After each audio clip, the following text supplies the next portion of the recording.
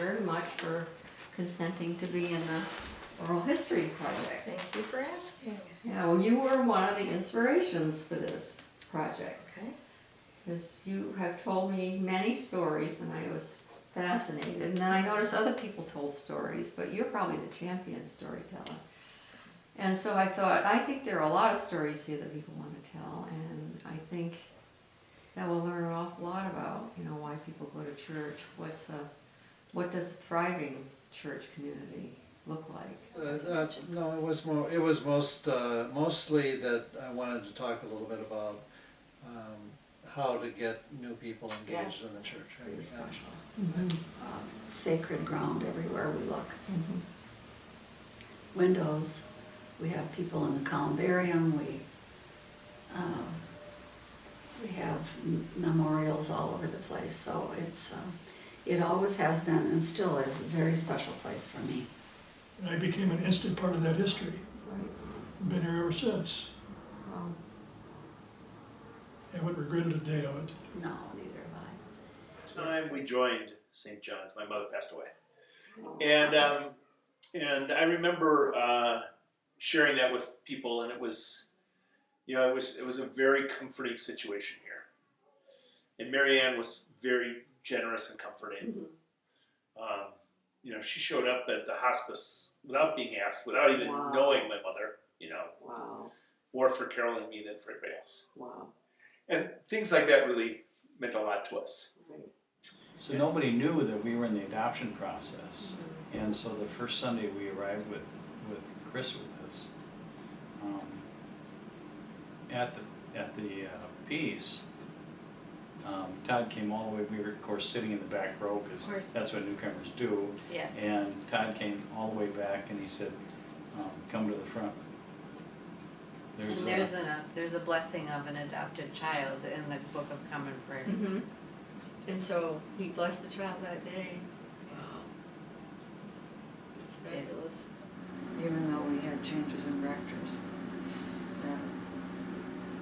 the ability of the community to relate to each other, and I think that's one of the outstanding things about St. John's, is that the people who go there, you know, they've created a community that's welcoming and interesting. Always, that's one of the strengths, I think, of this parish, and not that we're perfect, because we're not, but to welcome people where they are, who they are, however they want to get here. Mm-hmm. And if they don't want to stay, to wish them well. Yeah. Yeah, but part of that's also St. John's. You can say all kinds of things in St. John's. You just have these lively thinking people who are very hard to offend, and who are open to a lot. And it's always been that way. Yeah. I mean, that's the thing that I was attracted to way back 20 years ago when it was a much more little itty bitty. And Michelle Morgan was one of the people who really underlined that for me. We have to be deeply respectful of people who may come from really different points of view theologically. Hey, is this church of yours, Todd, a safe place for me to be? Because I'm extremely progressive and I'm well grounded in theology. I'm not by any stretch a fundamentalist or conservative in anything. And I wanted a place where it was okay for there to be women priests and for gay and lesbian people to hang out if they wanted to. This is, keep in mind, this is 1988 or 89, right? It's really powerful. It's very powerful. It's the first place we were ever announced as a couple. And do you know Ben and Stephen Lander? Yes. Ben was in church that morning and Stephen wasn't. And Ben told us, as soon as church was over, he ran out of the church and he ran over to home and said, Stephen, you'll never what happened. You never believe what happened in church today. We have this lesbian priest and her partner and yada, yada, yada, yada. And we've laughed with them. One parishioner here who was very involved with the children in the parish, and when I started giving communion to children, before it was okay to do that, she came to be quite upset about it, and we had a one-on-one in my office, and she left not feeling totally satisfied. But what I would do up at camp when we would celebrate the Eucharist, I'd have everybody standing around in a semicircle around the altar. and have them give communion to each other. Wow. And yeah, that was before it was okay to do that. And anyway, there was a little boy about 4 or 5 years old, I think, that was right next to her as communion was being passed. And she got down on her knees to receive communion from that little boy. I mean, it brings tears to my eyes every time I think about it. And I never heard another word again about. That's a great story. And you know, and it turned out to be a great place for the boys. Well, Diane Erdman was the head of it, but Michelle Morgan was his group leader, Isn't that fun? and Eva was John's group leader. Eva. Who is a priest now. You know, they would go on Sunday because they wanted to be with their group. Wow. Which, you know, I never wanted to go. I don't know about you, but I never wanted to go to church when I was that age. It was like, really? I'd rather sleep in. But they would go because of that group. So many of those kids come back on Christmas Eve. We were just packed with those kids. Mm-hmm. You know, after you've watched them grow up from toddlers.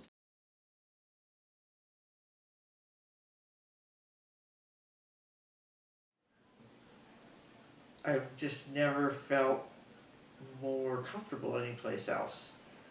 And having been there for as long as I have now, even when there's people there that don't know who I am or I have no history with, I'm very comfortable. That's my home. When I pick up on my Sundays and just even pick up from the folks that are a part of our community and think about, okay, well, you've got this difficult person to deal with. How can you manage that and be compassionate for what that person might be going through? Mm-hmm. Whether you're Susan Tapp and, you know, working on the north side and that consistent faithfulness that she has done, or John Corlett and the building, or Don and Joni and the shelter meals, or I could go on and on and on.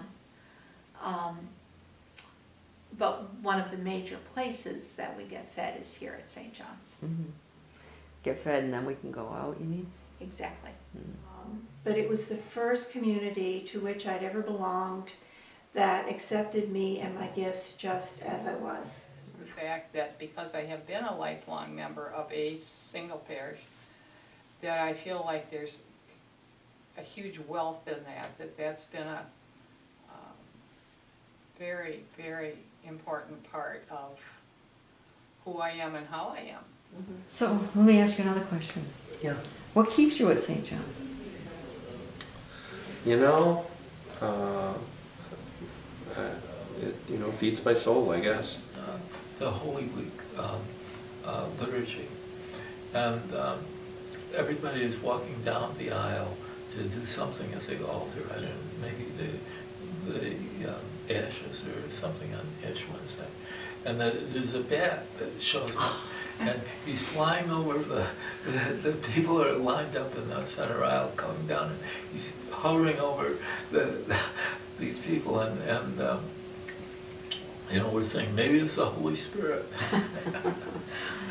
But then he got up over the altar. Yeah. And he was diving down. Yes. He added the part of Satan to the Passion story in St. Mark, and then clearly recognized that this was a part that I had an affinity for.